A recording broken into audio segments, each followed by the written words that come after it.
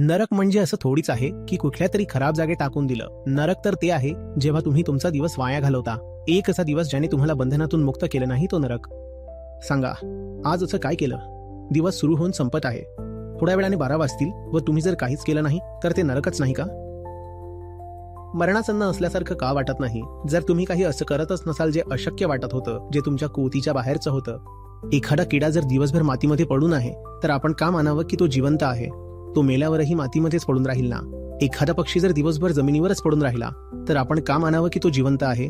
तो मेल्यावरही जमिनीवरच असेल. पक्षी जिवंत तेव्हाच असतो जेव्हा तो भरारी मारतो. सांगा, तुम्ही कोणती झेप घेतली आज? आणि जर झेप घेतली नसेल तर तुम्हाला हे मृत घोषित करायला काय हरकत आहे? आणि ज्यांना झेप घ्यायची इच्छा नाही त्यांच्यासाठी हे आकाश काय उपयोगाचं? आम्ही तुमच्यासाठी 30 दिवसांचं आकाश घेऊन आलो आहोत आणि तुम्हाला झेप घ्यायची इच्छाच नाही. जमिनीवर बसून काय करणार आहात? फक्त टाळ्या वाजवणार. सांगा ना, दिवसभर काय केलं ज्यामुळे एखादं बंधन तुटलं?